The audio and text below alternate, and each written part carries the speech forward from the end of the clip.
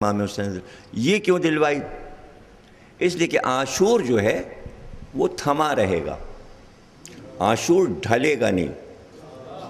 یہ فلسفہ سمجھ لیجئے کہ عاشور ڈھلے گا نہیں۔ ہمارا دن تو گزر جاتا ہے نا شام ہوتے ہوتے، عاشور کو اللہ نے ایک جگہ پہ روک دیا۔ اب نہ وہ ادھر ہے نہ ادھر، جھک نہیں رہا، زوال نہیں ہو رہا۔ عاشور کا آفتاب طلوع ہے۔ اب اسے میں آپ کو کیسے سمجھاؤں؟ اگر آپ بہت سوچیں گے تب سمجھیں گے اس بات کو کہ دیکھیے ہماری زندگی میں 3 دور ہیں، ہماری زندگی کے 3 دور ہیں۔ ایک جو گزر گیا ماضی ہے، جو چل رہا ہے یہ حال ہے، اور مستقبل ابھی آیا نہیں، آگے کا زمانہ جو آنے۔ تو 3 دوروں سے انسان ہمیشہ گزرتا ہے، اور یہ رات و دن سے یہ معاملہ بنتا ہے۔ جو دن گزر گئے وہ ماضی ہو گئے، جو گزر رہے ہیں یہ حال ہے، اور جو آنے والے ہیں وہ مستقبل ہیں۔ تو کیا اللہ بھی ہمارا جیسا ہے؟ اللہ ہمارا جیسا ہے؟ اس کے لیے نہ کوئی ماضی ہے، نہ حال ہے، نہ مستقبل ہے۔ اس کے لیے تو سب یہ ہے۔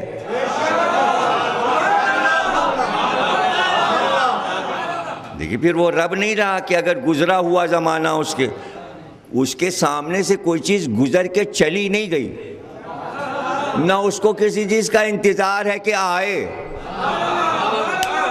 اور نہ اس کا حال ہے کہ وہ اس حال میں مبتلا ہے جس میں ہم مبتلا ہیں۔ سمجھ رہے ہیں نا آپ؟ تو رب کے سامنے جو ہو رہا ہے وہ ہو رہا ہے، تھا کچھ نہیں ہے، اس کے تھا کوئی چیز نہیں، بہ ہو رہا ہے، کائنات ہے، بہ ہو رہا ہے۔ تو واقع کربلا اس کے سامنے ہو رہا ہے، گزر نہیں چکا۔ چونکہ ہمارے یہاں حال، ماضی اور مستقبل، اس لیے ہم یہ سمجھتے ہیں واقع کربلا گزر چکا، اس لیے کہ ہمارے دن گزر چکے، اللہ کے دن گزر نہیں گئے۔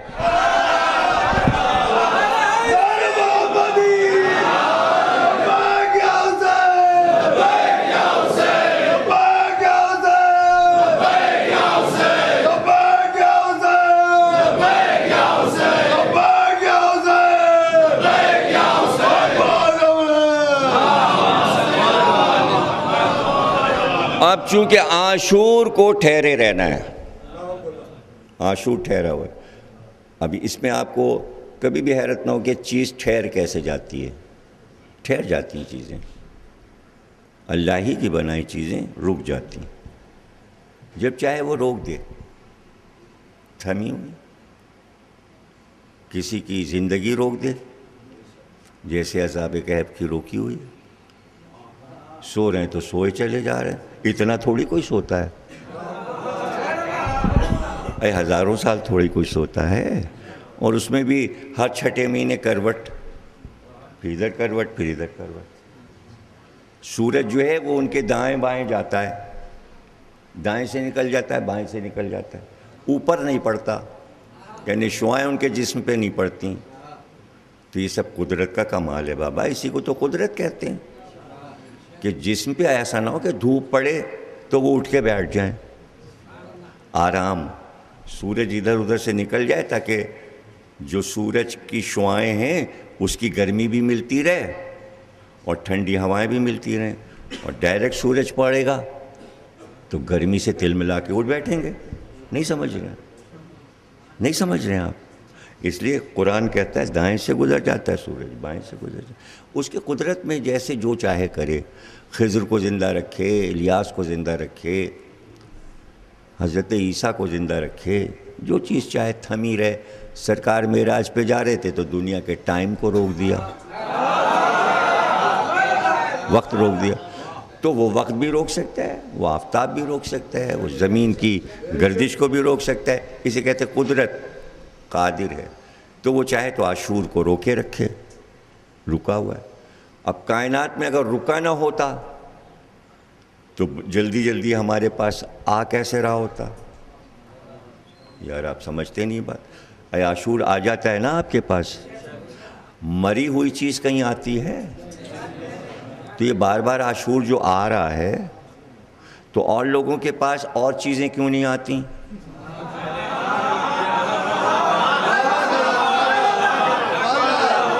بھئی ایک واقعہ ثقیفہ بھی تو ہوا تھا، تو وہ مسلمانوں کے پاس بار بار کیوں نہیں آ رہا؟ وہ مر چکا تو کیسے آئے گا؟ عاشور زندہ ہے تبھی تو آ رہا ہے۔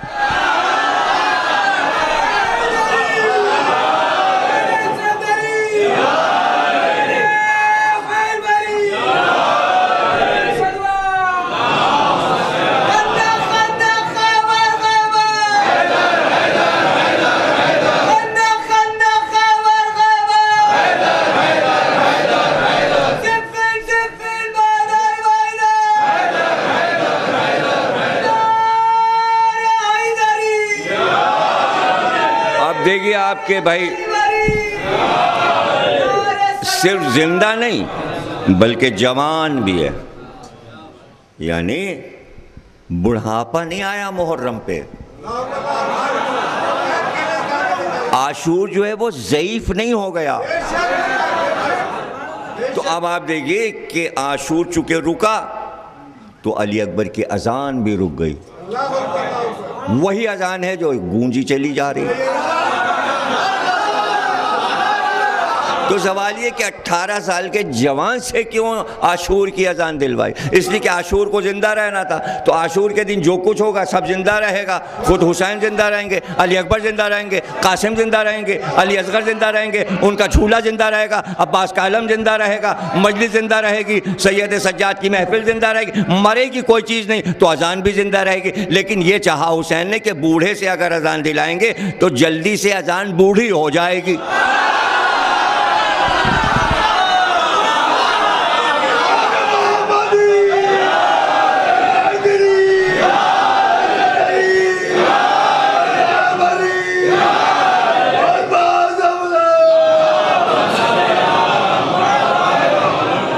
تو حسین نے چاہا کہ قیامت تک اذان زندہ رہے، اذان زندہ رہے۔ اچھا بھائی، حضرت علی اکبر نے اذان دی صبح کو، تو اب ظاہر ہے کہ اس وقت ٹیپ ریکارڈر تو نہیں تھا کہ ٹیپ ہو جاتی تو ہم لوگ بھی سنتے۔ یہ بتائیے کہ کسی چیز کو دیکھنے، سننے اور سمجھنے کے کتنے طریقے ہیں؟ میں آپ کو وہ طریقے بتا دوں کہ کوئی ایک ذریعے سے آپ کو خبر مل جائے۔ اس کا انتظام قدرت نے کیا رکھا؟ انتظام رکھا حواس خمسہ۔ حواس خمسہ کیا ہے؟ حواس خمسہ باصرہ دیکھنا ہے نا، شامہ سونگنا، ناطقہ بولنا، سامعہ سننا، لامسہ لمس چھو کے دیکھا۔ نہیں سمجھے؟ یہ لمس ہے۔ ذرا سی آنچ لگی ہاتھ ہٹا لیا، ٹھنڈک لگی ہوا آ رہی، لمس۔ ہاتھ چھوا کسی نے آپ کو پتہ چل گیا، محبت میں چھوا ہے ہاتھ کے دشمنی میں؟ گلے لگا، احساس ہوا، لمس۔ رخسار پہ رخسار رکھا، لمس۔ گلے سے گلا ملا، لمس۔ عرب والے کرتے نا، کرتے نا۔ اور یہ کیا رکھا نماز کے بعد مجلس میں؟ یہ دونوں ہاتھ، یہ کیا ہے؟ مصافحہ۔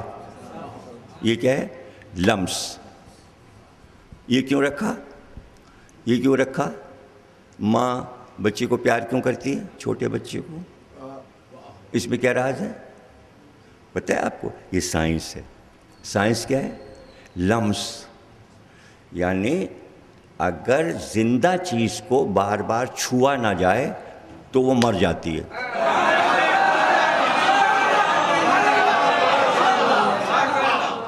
تو یہ ہر عبادت کے بعد مومنین ہاتھ ملائیں تاکہ زندہ رہیں۔ لمس، ایک دوسرے کی زندگی کی حرارت کا پتہ چلتا رہے۔ ایمان کی حرارت کتنی ہے؟ ایمان کی حرارت کتنی ہے؟ منافق تو ہاتھ نہیں ملا رہا، دشمن علی تو ہاتھ نہیں ملا رہا، آپ گلے اسی سے ملیں گے جو اہل بیت سے محبت کرتا ہے، ہاتھ اس سے ملائیں گے جو علی سے محبت کرتا ہے.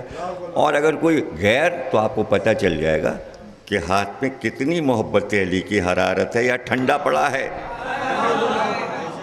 تو بچہ جو ہے اس کی جو عمر بڑھتی ہے وہ ماں کے پیار سے، وہ جلدی باڑ پر آتا ہے.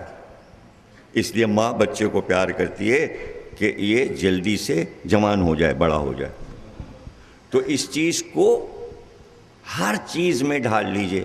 قدرت نے ایک نظام رکھا ہے کہ آپ کے گھر میں جو چیز بھی ہے آپ اسے چھونا چھوڑ دیجئے، وہ سڑ جائے گی، خراب ہو جائے گی.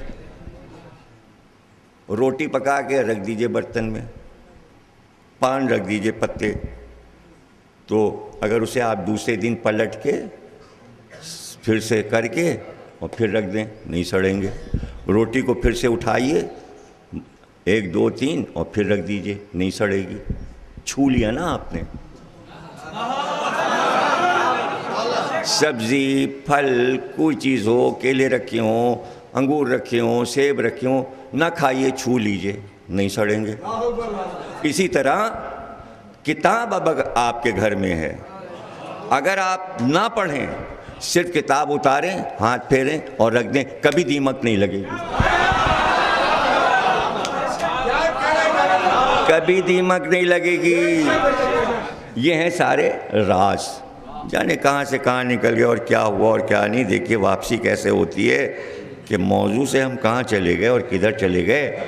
تو علی اکبر کی اذان جو تھی وہ جوان ہے اور اس کو ہم دیکھنا چاہتے ہیں. بات یہاں سے شروع ہوئی تھی کہ دیکھنے کے جو طریقے ہیں وہ ہم نے آپ کو بتائے. یا تو محسوس کریں چیز، ہوا آپ دیکھ نہیں رہے ہیں، محسوس کر رہے ہیں. صورت دیکھ رہے ہیں، چہرہ دیکھ رہے ہیں، درخت دیکھ رہے ہیں، یہ دیکھ رہے ہیں. کچھ چیزیں آپ ناک سے محسوس کر رہے ہیں. اوہو یہ تو مشک ہے، عنبر ہے، اگربتی ہے، لوبان ہے، یہ پھل کی خوشبو ہے. ہر خوشبو آپ پہچانتے ہیں اس کے ذریعے سے. بول رہے ہیں اور کھا بھی رہے ہیں، چکھ بھی رہے ہیں. ذائقہ بھی ہے، نمک چکھا، شکر چکھی، ذائقے کا پتہ چل گیا. تو ایک طریقہ چکھنے کا ہے، ایک کان سے سننے کا ہے. آواز کانوں میں رس گھول رہی ہے، محاورہ ہے. اور گدھے کی آواز کھڑکھڑا ڈال رہی ہے کان میں، کرخت. اللہ نے کہا گدھے کی آواز سب سے مکروہ آواز ہے. قرآن میں آئے تھے، خود ہی بنایا گدھے کی آواز اللہ نے، اور بنا کے کہہ رہا ہے یہ ہمیں پسند نہیں. بھئی تو اس میں گھبراہٹ کی کیا؟ اگر آپ یہ کہیں ان کو بھی تو اللہ نے بنایا تھا اور ان کو بھی اللہ نے بنایا تھا. بنایا تھا مگر اللہ کو پسند نہیں ہے.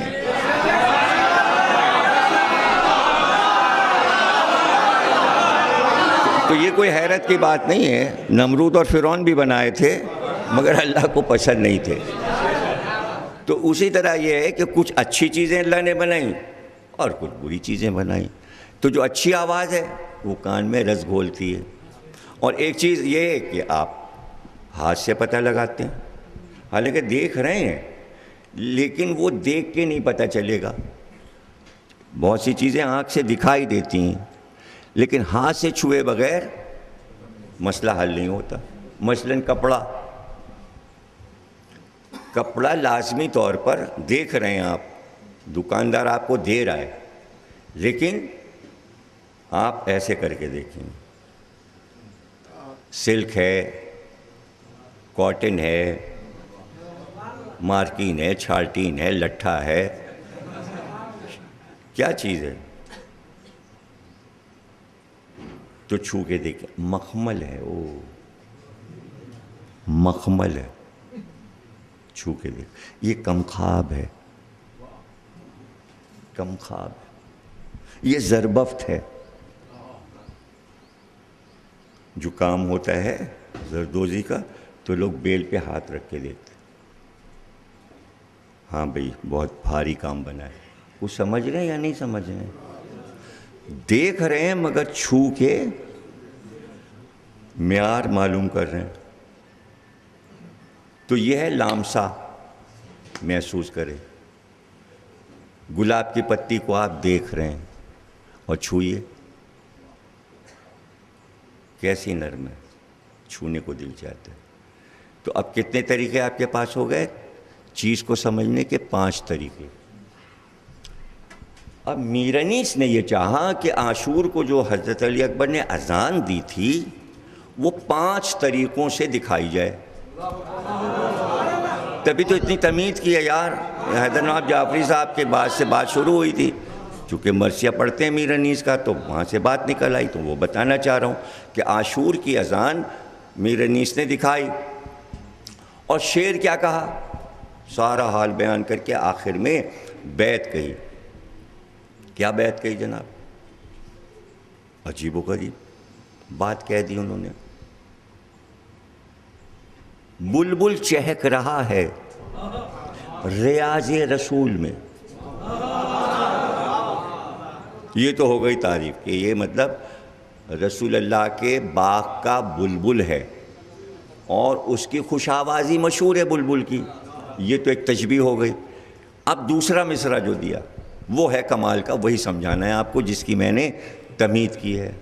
شعب صدا میں پنکھڑیاں جیسے پھول میں،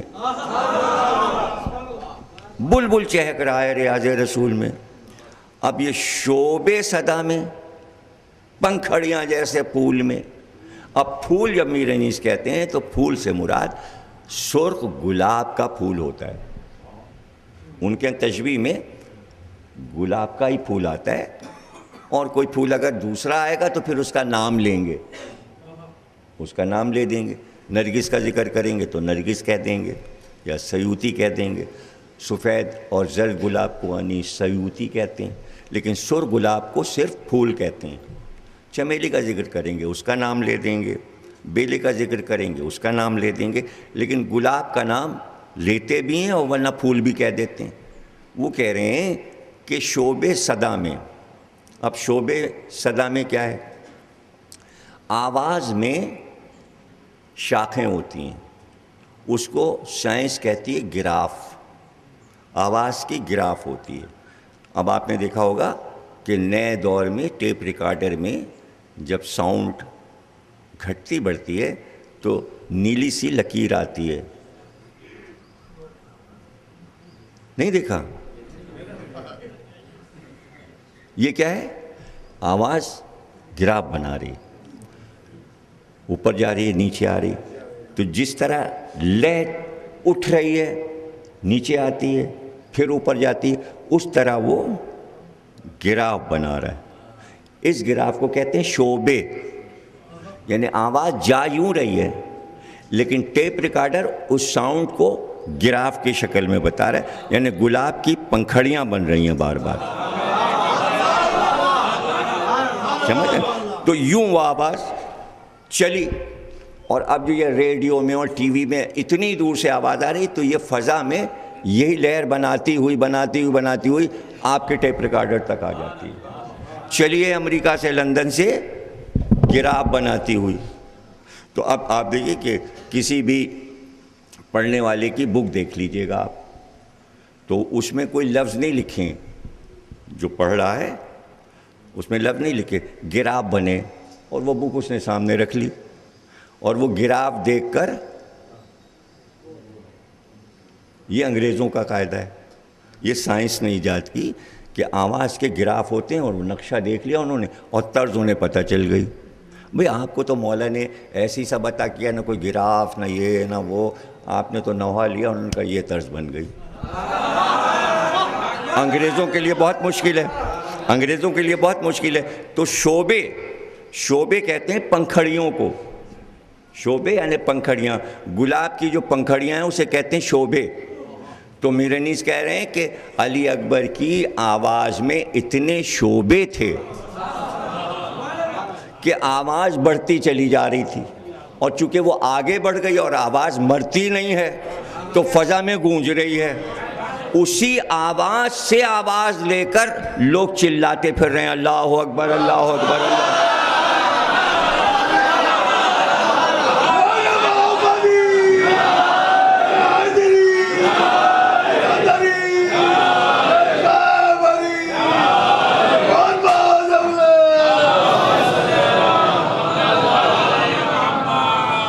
اب شعب صدا میں یعنی علی اکبر کی اذان میر انیس کہہ رہے ہیں گلاب کے پھول کی طرح تھی، بالکل گلاب کے پھول کی طرح۔ یہ سمجھ لو کہ اگر تم نے اذان علی اکبر کی نہیں دیکھی تو باغ میں جاؤ گلاب کا پھول دیکھ لو، ایسی تھی اذان علی اکبر۔ اب جب سے یہ پتہ چلا کہ اذان گلاب کے پھول کی طرح تھی، اس لیے ہم گلاب کا پھول کا سیرا بناتے ہیں اور علی اکبر کے تابوت پہ چڑھا دیتے ہیں کہ یہ پھول ہے ہی علی اکبر کا۔ بھئی چیز کا مصرف یہی ہے کہ جو بہترین جگہ پہ پہنچ جائے تو پھول قدموں کے لیے نہیں، پھول عام لوگوں کے لیے نہیں، اگر ملے گا بھی تو ان کے صدقے میں ملے گا۔ اچھا اب یہ گلاب کو اتنی عزت کیوں ہے کہ یہ سرخ گلاب ہمارے عزا خانوں میں، سیروں میں، تابوت کی چادر میں، علم میں کیوں ہوتے ہیں؟ اس کی جگہ کوئی دوسرا پھول کیوں نہیں ہے؟ تو جب اللہ نے پھولوں پر ولایت علی کو پیش کیا، سب سے پہلے جس نے علی ولی اللہ کا وہ گلاب کا پھول ہے۔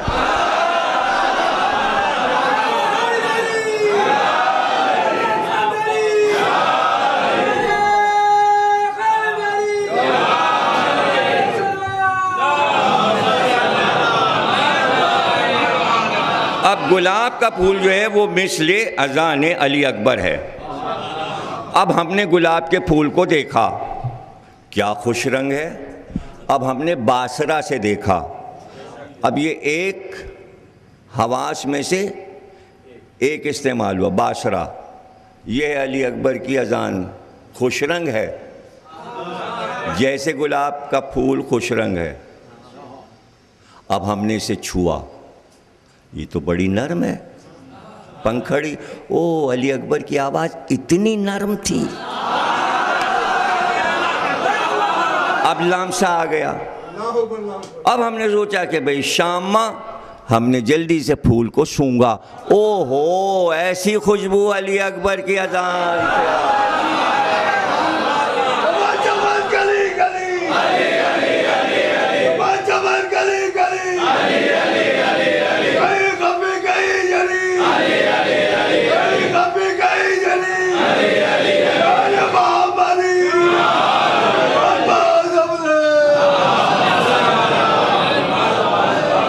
اور بھائی اس کے بعد ہم نے ایک پنکھڑی کو توڑا، اس پنکھڑی کو توڑ کر زبان پہ رکھا۔ اچھا علی اکبر کی اذان کی آواز اتنی میٹھی تھی۔ اب رہ گیا ایک ہی حواس اور وہ ہے کان۔ اور دیکھیے کان کی تکلیف میں ڈاکٹر بتاتے گلاب کا عرق ڈالیے۔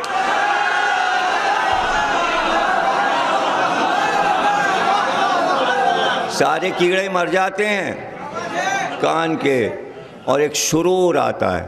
بس یہ کان میں گلاب آیا اور جو سرور آیا، یہی سرور علی اکبر کی اذان کی آواز میں تھا۔ شعب صدا میں پنکھڑیاں جیسے پھول میں بلبل چہک رہا ہے ریاض رسول میں۔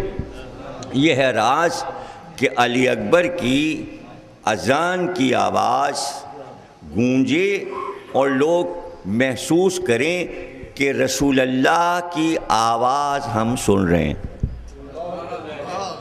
اب آپ دیکھتے جائیے کہ علی اکبر اذان دے رہے ہیں، پھر میسرے اور میمنے پر حبیب اور زہیر ہیں، قلب لشکر پر علی اکبر، تو بیچ میں جوان کیوں ہے؟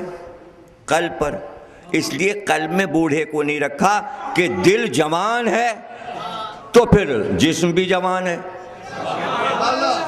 جوان کو قلب لشکر میں رکھا کہ یہ قلب لشکر کے سردار ہیں۔ اب آپ دیکھیے کہ لڑنے کے لیے لوگ کہتے ہیں فلاں سے کہا لڑنا نہیں اور لڑنا نہیں، علی اکبر سے نہیں کہا کہ نہیں لڑنا، کہیں نہیں ملتا کہ شہزادے سے کہو جنگ نہ کرنا۔ گویا علی اکبر کی جنگ دیکھنا چاہتے ہیں، عین تمنا ہے کہ میں علی اکبر کو لڑتے ہوئے میدان میں دیکھوں۔ کیوں؟ اس لیے کہ نانا سے اتنی محبت تھی حسین کو، لیکن ہمیشہ سنا ماں سے کہ علی ایسے لڑے، اور جب پوچھا نانا کیسے لڑے تو ماں نے کہا وہ کبھی لڑے ہی نہیں۔ بھائی یہ تو حسین کا مسئلہ ہے کہ نانا کبھی لڑے نہیں، تو اگر لڑتے تو کیسے لڑتے؟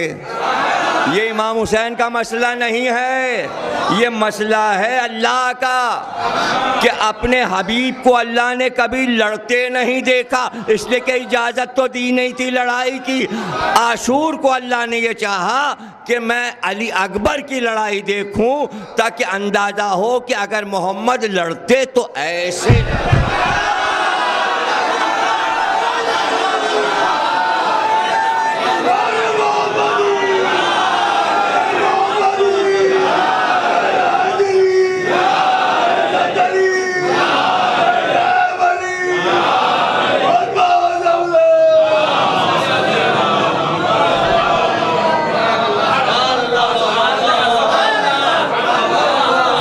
لڑتے۔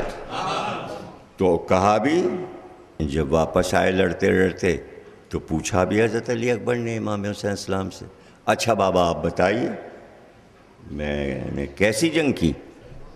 یہ کسی شہید نے امام حسین سے نہیں پوچھا کہ میں لڑا کیسے۔ علی اکبر نے کہا بابا میں نے کیسی جنگ کی؟ تو داد کس سے لی؟ جو دنیا کا شجاعت ترین ہے۔ دیکھیے امام حسین سے داد لینا یہ آسان بات نہیں ہے۔ تو امام حسین نے فرمایا علی اکبر تم تو آج ایسے لڑے جیسے خندق و خیبر میں تمہارے دادا علی لڑے تھے۔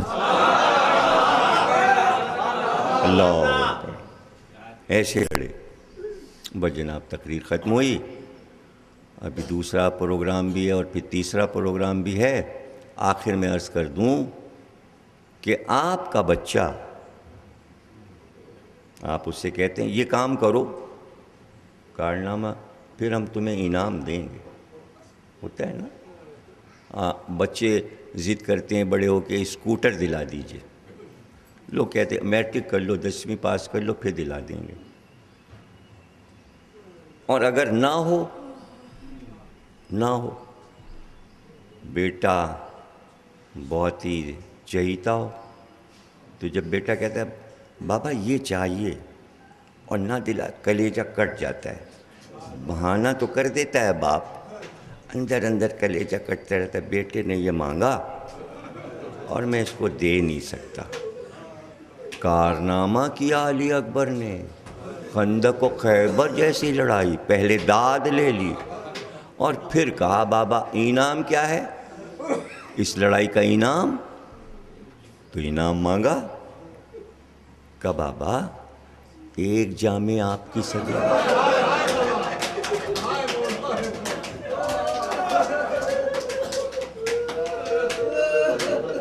کیا انعام مانگا؟ اور اس کے بعد یہ جملہ بھی کہا کہ بابا اگر ایک جامع آپ کی سبیل ہو جاتی تو پھر ان ملائین کو ہم دکھاتے، ایسی جنگ کرتے پانی پی کے۔ اب بتائیے حسین کا کلیجہ کٹ کے رہ گیا کہ بیٹے نے سوال بھی کیا تو ایک جامع آپ کا، اور اب آپ اپنی بھی قدر کر لیجئے۔ خود اپنی قدر کرنا بڑی مشکل منزل ہوتی ہے، عقل میں نہیں آتا، لیکن جیسے آپ دوسروں کی قدر کرتے ہیں نا، اپنی بھی قدر کیجئے۔ ماتمدار، عزادار، اپنی قدر کو سمجھیں۔ بہت قیمتی جملہ کہہ رہا ہوں۔ سبیل کے کیا معنی ہے؟ راستہ، کوئی راستہ۔ آپ بولتے ہیں نا فی سبیل اللہ، اللہ کے لیے، اللہ کے راستے کے لیے، اللہ کے واسطے۔ تو عربی میں علی اکبر نے کیا کہا؟ کوئی راستہ ایسا پیدا ہو سکتا ہے کہ ایک جامع آپ مل جائے، یعنی ایک جامع آپ کی سبیل ہو سکتی ہے۔ تو حسین نے تو کہا بیٹا میں بہت مجبور ہوں، فرات سامنے ہے، مگر میں تمہیں پانی نہیں پلا سکتا۔ لیکن حسین کے چاہنے والوں نے سنا کہ علی اکبر نے ایک جامع آپ کی سبیل چاہی تھی، تو شیعوں نے جگہ جگہ پانی کی سبیل بنا دی۔ شہزادے ایک جام مانگا تھا، ہم تو پیاسوں کو پلاتے رہیں گے آپ کی یاد میں۔ اب یہ جو سبیلیں لگتی ہیں یہ حضرت علی اکبر کی یاد میں لگتی ہیں، چونکہ مانگا تھا۔ تو آپ نے دیکھا ہوگا جو بچے عام طور سے بچے سبیلیں رکھتے ہیں تو چھوٹے چھوٹے بچے جب بار بار دیکھتے کوزے خالی ہو گئے فوراً بھرتے جاتے، کوئی پی کے نکل گیا جلدی سے بھر دیا، یعنی جو آئے اسے بھرا ہوا کوزہ ملے۔ یہ بچوں کی سوچ تو دیکھیے کہ خالی کوزہ کوئی نہ اٹھا لے۔ اسے کیا کہتے ہیں؟ اسے کہتے ہیں اپنی قدر کرو کہ تمہارے دل میں تمہارے بچوں میں قدرت نے محبت اہل بیت کیسے ڈال دی۔ ہر ایک کو یہ محبت نہیں عطا کی گئی ہے، یہ جناب سیدہ کی دعا کا اثر ہے کہ ہمارے بچوں کو یہ محبت قدرت نے عطا کر دی۔ نہیں میرے لال، پانی کہاں سے پلاؤں؟ اب جملہ حسین نے ایک صبر کا کہا کہ اے علی اکبر، بہت دیر سے تمہارے جد رسول خدا ہاتھ میں کوثر کا پانی لیے کھڑے ہیں اور تمہارے دادا علی مرتضیٰ جنت میں انتظار کر رہے ہیں کہ تم آؤ تو ٹھنڈا پانی کوثر و تسنیم کا پیو۔ بس یہ سنتے ہی حضرت علی اکبر گھوڑے پہ سوار ہوئے اور واپس چلے۔ جب چلنے لگے کچھ دور چلے تھے تو امام حسین السلام نے آواز دی کہ علی اکبر اتنی جلدی جانے میں؟ اب جو علی اکبر نے مڑ کر دیکھا تو دیکھا حسین پیچھے پیچھے چلے آ رہے تھے۔ جلدی سے گھوڑے کو کعوہ دیا اور واپس امام حسین کے پاس آئے اور گھوڑے سے کود پڑے اور قریب آ کے کہنے لگے بابا رخصت کر چکے تھے، اب کیوں زحمت کرتے ہیں؟